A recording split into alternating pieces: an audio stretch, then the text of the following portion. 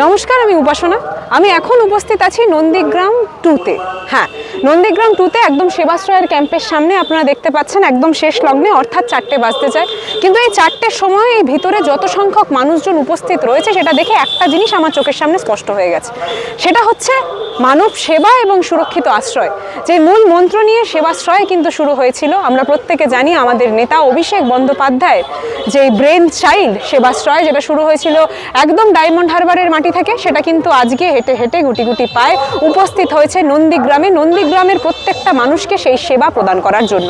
এবং মূলত এখানে আসার পরবর্তীতে একটা জিনিস স্পষ্ট হলো আমার কাছে, যে অধিকার থেকে বঞ্চিত রেখেছিল সেই অধিকারী পরিবার নন্দীগ্রামের মাটির প্রত্যেকটা ব্যক্তিকে, অবশেষে কিন্তু সেই অধিকার তাদের হাত পর্যন্ত ফিরিয়ে দিলেন আমাদের নেত্রী মমতা বন্দ্যোপাধ্যায় এবং নেতা অভিষেক বন্দ্যোপাধ্যায়।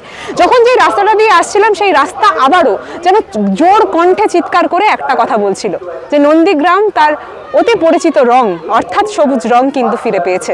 অর্থাৎ দুদিকে যখন দেখতে পাচ্ছি তৃণমূলের পতাকা ভরে উঠেছে, তার পাশাপাশি এখানে যখন দেখতে পাচ্ছি যে এত সংখ্যক লোকজন তারা উপস্থিত হয়েছে, ঠিক মূল মন্ত্র একটাই, মানব সেবা। এবং যেই মানুষটা কোনোদিনই বিভেদের রাজনীতির মধ্যে নিজেকে রাখিনি, যেই মানুষটা বরাবরই মানব সেবাকে মূল মন্ত্র হিসাবেই দেখে এসছে এবং সেই জিনিসটার লক্ষ্যেই প্রত্যেকটা মানুষের কাছ পর্যন্ত সেই সেবা প্রদান করার জন্য এখানে উপস্থিত যখন হয়েছে সেবাশ্রয় স্বয়ং, তখন আমাদের সকলের কাছে একটা জিনিস স্পষ্ট হয়ে যাচ্ছে, এবার 2026-এর ইলেকশনে কিন্তু এই মাটি তার রং আবারও বেছে নেবে, সেই রং সবুজ রং।